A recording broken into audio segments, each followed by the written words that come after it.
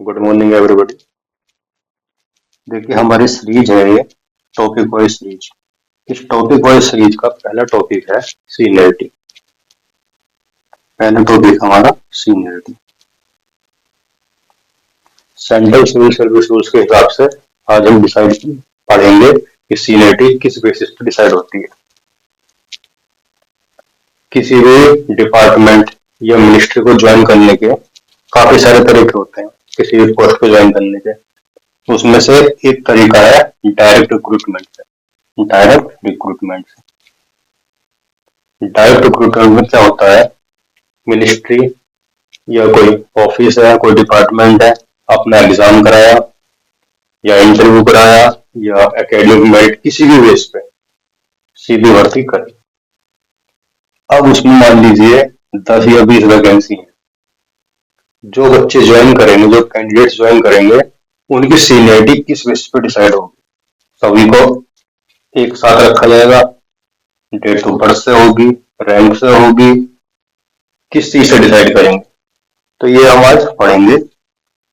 तो सीनियरिटी के अंदर पहला सब टॉपिक हमारा है सीनियरिटी फॉर डायरेक्ट रिक्रूटमेंट। इनकी सीनियरिटी डिटरमाइन करने का क्या प्रोसीजर है, डिटर्मिनेशन ऑफ सीनियरिटी। तो देखो, डिटर्मिनेशन ऑफ सीनियरिटी ये किस चीज से डिसाइड होती है। मान लीजिए ये हमारा डिपार्टमेंट है, ये मिनिस्ट्री है, ये क्या करेगा, वैकेंसी क्रिएट हुई डिपार्टमेंट में। अब डिपार्टमेंट को वैकेंसी भरनी है तो ये क्या करता है, अपनी रिक्वेस्ट भेजता है यूपीएससी को या एसएससी को या एनी अदर कोई रिक्रूटमेंट एजेंसी है, कोई हायर करी है इन्होंने, तो डिपार्टमेंट या मिनिस्ट्री यूपीएससी को रिक्वेस्ट भेजती है कि भाई साहब हमें इतनी वैकेंसी चाहिए, इतनी वैकेंसी है, हमें इतने कैंडिडेट्स चाहिए हमें फिल करने के लिए। तो ये एजेंसी, चाहे वो यूपीएससी हो, एसएससी हो, कोई एनी अदर एजेंसी हो, ये रिक्रूटमेंट करती है और रिक्रूटमेंट करके एक पैनल भेजती है। जैसे एग्जाम कराया, लिस्ट बन गई, इतने बच्चे सेलेक्टेड हुए, वो लिस्ट डिपार्टमेंट को भेज देती है और डिपार्टमेंट उस लिस्ट के बेस पर अपनी वैकेंसी फिलअप कर लेता है। तो अब ये एक पैनल सेलेक्टेड बच्चों का यूपीएससी एसएससी ने डिपार्टमेंट को भेजा। तो अब क्या होगा, अब ये सभी बच्चे एक ही बैच के हैं, एक साथ जाएंगे, तो इनकी डेट ऑफ अपॉइंटमेंट जिस टाइम ज्वाइन करेंगे अपने डिपार्टमेंट में वो तो सेम होगी। तो ऐसे में सीनियरिटी हम कैसे लेंगे, तो जो लिस्ट बनाई होगी यूपीएससी एसएससी ने, वो एक मेरिट लिस्ट होती है, उसमें रैंक वाइज लिस्ट होती है वो। तो जो रैंक में हायर होगा, हायर इन मेरिट या रैंक, वो ज्यादा सीनियर होगा। तो कहने का मतलब ये हुआ कि सीनियरिटी डायरेक्ट रिक्रूटमेंट के केस में कैसे डिसाइड हुई, मेरिट बेस पे या रैंक वाइज, क्योंकि एक बैच की डेट ऑफ ज्वाइनिंग सेम बनती है। लेकिन अगर कोई पूछे जनरल क्वेश्चन कि सीनियरिटी कैसे डिसाइड होगी, तो सीनियरिटी डिसाइड होती है डेट ऑफ अपॉइंटमेंट से। जो सर्विस में पहले आया, जिसने सर्विस पहले ज्वाइन करी, वो सीनियर। अभी कोई 2017 बैच का है, उसके बाद अगला बैच आया 2018 बैच का, तो 18 वाला जूनियर हो जाएगा, 17 वाला सीनियर होगा। लेकिन अगर हम सिर्फ 17 की या सिर्फ 18 की बात करें, जैसे हम कह रहे हैं विद इन द बैच बात करें, जब उनकी डेट ऑफ ज्वाइनिंग सेम है, तो फिर हम डिसाइड करेंगे सीनियरिटी बाय मेरिट या रैंक।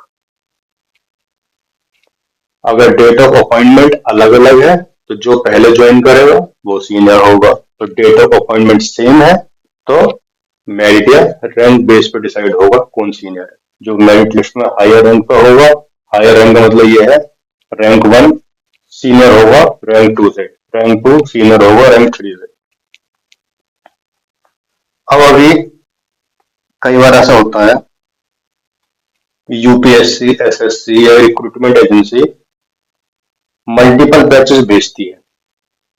मान लीजिए डिपार्टमेंट ने रिक्वेस्ट करी थी कि हमें चाहिए कैंडिडेट चाहिए वैकेंसी फिलअप करने के लिए, एक रिक्वेस्ट इन्होंने जनवरी में कर दी, मान लीजिए पहली रिक्वेस्ट जनवरी में करी, फिर उन्होंने रिक्वेस्ट जुलाई में करी डिपार्टमेंट ने कि इतनी वैकेंसी मेरे को क्रिएट हुई है, हमें और वैकेंसी चाहिए और कैंडिडेट चाहिए।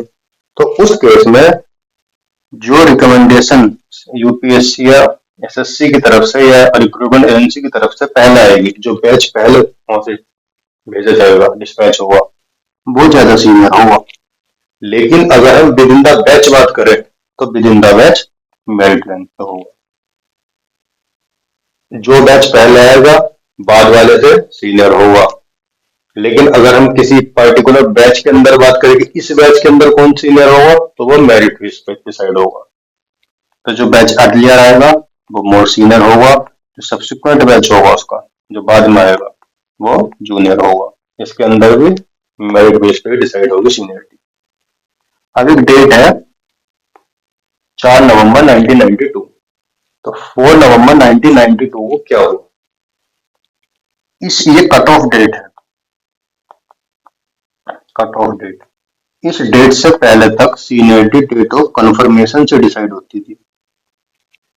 अब डेट ऑफ कंफर्मेशन, कंफर्मेशन क्या होता है? कंफर्मेशन एक अपने आप में एक सेपरेट टॉपिक है, लेकिन फिलहाल के लिए आप इतना समझो कि किसी ने एग्जाम दिया या इंटरव्यू दिया या किसी भी तरीके से वो डायरेक्ट रिक्रूटमेंट हुआ, उसका डिपार्टमेंट में आया, उसके बाद उसका प्रोबेशन पीरियड स्टार्ट होता है, किसी का 6 महीने, किसी का 1 साल, किसी का 2 साल। ये एक सेपरेट टॉपिक है। उस प्रोबेशन पीरियड को कंप्लीट करने के बाद डिपार्टमेंट में कंफर्मेशन होता है। तो जिस डेट को कंफर्म होगा वो डेट ऑफ कंफर्मेशन कही जाती है। और 1992, 4 नवंबर 1992 से पहले इस डेट के बेस पे डिसाइड होता था सीनियरिटी। जो पहले कंफर्म हुआ वो मोर सीनियर। लेकिन अब ऐसा नहीं है, अब क्या है, मेरिट बेस पे डिसाइड होती है सीनियरिटी। जैसे ये डिपार्टमेंट है, यहाँ एक बैच आया सिलेक्टेड कैंडिडेट्स का, मान लीजिए उसमें 20 कैंडिडेट्स हैं। इन 20 कैंडिडेट ने डिपार्टमेंट ज्वाइन करा। ज्वाइन करने के बाद इनका 2 इयर्स का प्रोबेशन हुआ, 2 इयर्स का प्रोबेशन पीरियड हुआ। जब 2 इयर्स का इनका प्रोबेशन पीरियड हुआ, अब कुछ कैंडिडेट्स ऐसे होंगे जो नहीं कर पाए होंगे अपना प्रोबेशन पीरियड पूरा, या उसमें छुट्टी ले ली होगी, मेडिकल लग गया होगा, कुछ भी रीजन होता है। और किसी भी केस में बाई चांस उनका प्रोबेशन पीरियड एक्सटेंड हो गया, तो अब उनका कंफर्मेशन देर से होगा। अब कंफर्मेशन देर से होगा तो डेट ऑफ कंफर्मेशन लेट हो गई। तो पहले इस फैक्टर को इस फैक्टर पर डिसाइड करते थे कि सीनियरिटी किसकी लोग, मतलब किस, क्या कहना चाहिए, इस फैक्टर से डिसाइड होता था कि सीनियरिटी कैसे डिसाइड होगी। मतलब जो देर से कंफर्म हुआ वो जूनियर, भले वो एक बेंच में आया, भले ही 20 कैंडिडेट्स में से कोई 2 कैंडिडेट्स ऐसे हुए जिनका प्रोबेशन पीरियड एक्सटेंड हुआ किसी भी वजह से, तो वो देर से कंफर्म होंगे डिपार्टमेंट में। जब वो देर से कंफर्म होंगे तो वो जूनियर काउंट किए जाते थे। कब तक? 1992 तक। लेकिन अब ऐसा नहीं है। अब जो इन्होंने ओरिजिनल मेरिट लिस्ट बनी थी इनकी डिपार्टमेंट में आने के लिए, उस मेरिट लिस्ट पे या उस रैंक से डिसाइड होगी सीनियरिटी। अब अगला टॉपिक है, अगला हेडिंग है इंटर से सीनियरिटी। अब इंटर से सीनियरिटी का मतलब क्या होता है? इंटर से का मतलब होता है विद इन, मतलब intra, within the period या within the batch, within the cadre. तो हम बात कर रहे हैं इंटर से सीनियरिटी किन कैंडिडेट्स की? Who are appointed from reserve panel. अब ये रिजर्व पैनल क्या होता है? तो यूपीएससी या एसएससी या रिक्रूटमेंट एजेंसी के पास रिक्वेजिशन गया था मिनिस्ट्री डिपार्टमेंट की तरफ से कि हमें कैंडिडेट्स चाहिए इन रिगार्ड ऑफ वैकेंसी। और जो कैंडिडेट्स की इन्होंने लिस्ट तैयार करी यूपीएससी ने या एसएससी ने, तो वो क्या करेंगे? मान लीजिए वैकेंसी कितनी है? 100, और 100 वैकेंसी है, तो लिस्ट जो तैयार होती है वो 100 से ज्यादा की होती है। रिजल्ट जो आता है डिपार्टमेंट या मिनिस्ट्री के पास वो तो उतना ही आता है जितनी की वैकेंसी है। जैसे 100 वैकेंसी है तो रैंक 1 से रैंक 100 तक की लिस्ट आएगी।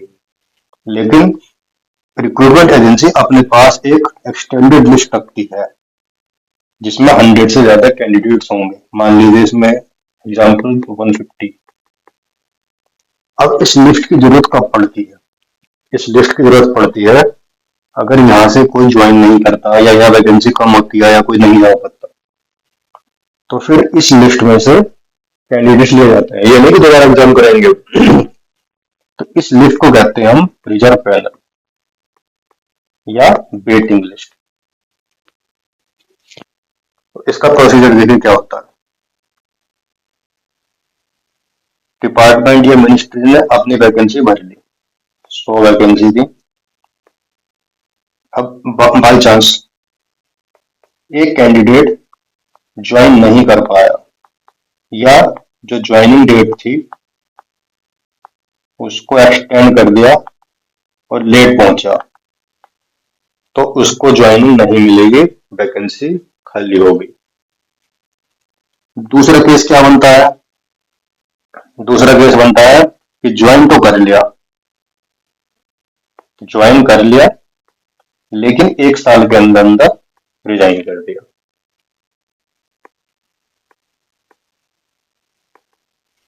तीसरा केस क्या बनता है? ज्वाइन कर लिया, 1 साल के अंदर अंदर डेथ हो गई। तो इस केस में मिनिस्ट्री या डिपार्टमेंट यूपीएससी या रिक्रूटमेंट एजेंसी से रिक्वेस्ट करते हैं, डिमांड करते हैं कि रिजर्व पैनल लिस्ट से आप इतने कैंडिडेट भेज दीजिए। रिक्रूटमेंट एजेंसी अपने आप नहीं भेजेगी जब तक कि डिमांड ना करी जाए। मिनिस्ट्री या डिपार्टमेंट जब रिक्वेस्ट करेगा तभी वहां से यूपीएससी की तरफ से ये कैंडिडेट्स जारी किए जाएंगे। तो this reserve panel list is not used automatically. This is used only when ministry or department request UPSC, SSC or recruitment agency. और ये रिक्वेस्ट कब करती है? When anyone is unable to join within prescribed joining time, or anybody joins but resigns within 1 year, or joins but dies within 1 year of joining. अभी जो case बना reserve panel list का, मतलब जो बच्चे पहले बैच में आए थे उनके साथ ज्वाइन नहीं हुई, ये बाद में आए हैं। बाद में क्यों आए हैं? क्योंकि इन 3 में से कोई ना कोई कंडीशन इनके सामने, डिपार्टमेंट के सामने बनी है, तो उन्हें फिलअप करने के लिए ये रिजर्व लिस्ट से, वेटिंग लिस्ट से बच्चे लिए गए। तो जो बच्चे वेटिंग लिस्ट से ज्वाइन होंगे, जाहिर सी बात है देर ज्वाइन होंगे, क्योंकि जो पहले ज्वाइन कर गए उसके बाद जो विद इन 1 ईयर छोड़ के जा रहे हैं, ज्वाइन करके जा रहे हैं या डेथ हो रही है, तो जाहिर सी बात है डेट ऑफ ज्वाइनिंग शिफ्ट हो जाएगी आगे।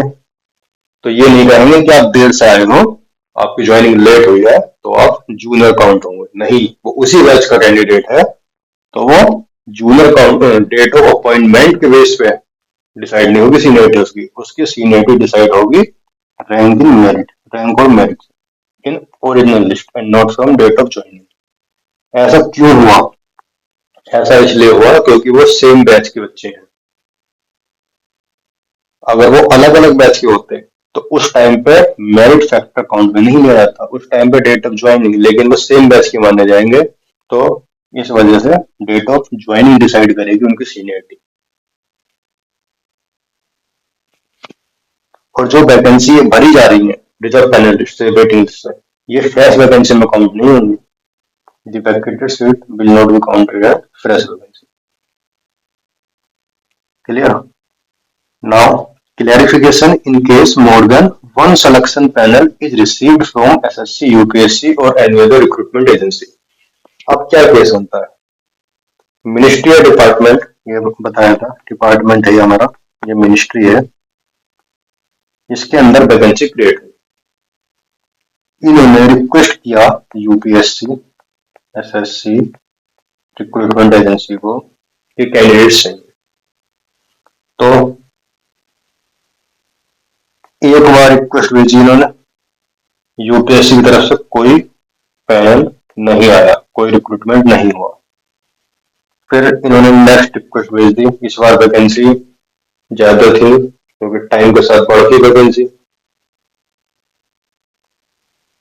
अब इसकी तरफ से, यूपीएससी की तरफ से क्या हुआ पहले वाली रिक्वेस्ट और दूसरी वाली रिक्वेस्ट के लिए एक ही डेट पे दो पैनल भेज दिए, पैनल 1, पैनल 2। लेकिन ध्यान रखने वाली बात यह है कि ये सेम डेट पे भेज दिए। सेम डेट पे भेजने का मतलब ये हुआ कि उनका रिक्रूटमेंट, उनका रिकमेंडेशन साथ कर दिया, ये बच्चे हमने सेलेक्ट किए हैं, जाओ। या फिर ऐसे कह सकते हैं कि एक ही बैच बना दिया। तो ऐसा नहीं, मतलब यूपीएससी या एसएससी या रिक्रूटमेंट एजेंसी को ये मतलब क्या कहना चाहिए, गाइडलाइंस है या ये है कि उन्हें इस तरह से नहीं करना कि सेम डेट पे। कोशिश करनी है कि जो पैनल पहले आया है पहले उसी को रिकमेंडेशन भेजना है, और जो पैनल बाद में आया है बाद वाले को रिकमेंडेशन बाद में भेजना है। लेकिन किसी भी कंडीशन में अगर दोनों पैनल एक साथ भेज देगा सेम डेट पे, तो क्या कैसे डिसाइड करेंगे? अब यहाँ इस बात को नहीं कहेंगे जो पैनल P2 ये बाद की रिक्वेस्ट के लिए था और पैनल P1 पहले की रिक्वेस्ट के लिए था, तो हम ये नहीं कहेंगे कि इनकी डेट ऑफ ज्वाइनिंग तो सेम है, एक साथ भेजे गए यूपीएससी की तरफ से। इसको कैसे डिसाइड करेंगे इसकी सीनियरिटी, देखते हैं। जब सेम डेट पे यूपीएससी एसएससी सेंड करता है 2 पैनल या मोर देन 2 पैनल, तो उसको सीनियरिटी डिसाइड करने का प्रोसीजर क्या है? By chronology. किस चीज की chronology? Recommendation letter by UPSC या एसएससी, ये रिक्रूटमेंट एजेंसी का है। क्रोनोलॉजी किस चीज की हो रही है? रिकमेंडेशन की। यूपीएससी ने रिकमेंड किया हुआ एक लिस्ट को कैंडिडेट्स की, ये लिस्ट इस पैनल के लिए है। तो मान लीजिए पैनल 1 की लिस्ट पहले रिकमेंड हुई और पैनल 2 की रिकमेंडेशन बाद में हुई, लेटर। तो लेटर वाली जूनियर होगी, पहले वाली सीनियर होगी, भले वो सेम डेट पे उसने भेज दिया है डिपार्टमेंट को। लेकिन ये देखा जाएगा कि रिकमेंडेशन पहले किसे मिला था, तो रिकमेंडेशन पहले P1 को मिला था, तो P1 सीनियर हो जाएगा। तो by chronology of interview board, वो sorry, by chronology of recommendation letter. लेकिन अगर ये डेट भी सेम है फिर क्या होगा? तो फिर by chronology of interview board report. Interview board ने जो अपनी रिपोर्ट बनाई होगी सेलेक्टेड कैंडिडेट्स की, उस रिपोर्ट को डेट देखी जाएगी, जो पहले इंटरव्यू बोर्ड की डेट होगी, जो रिपोर्ट पहले बनी होगी वो सीनियर हो जाएगी। लेकिन ये डेट भी सेम है,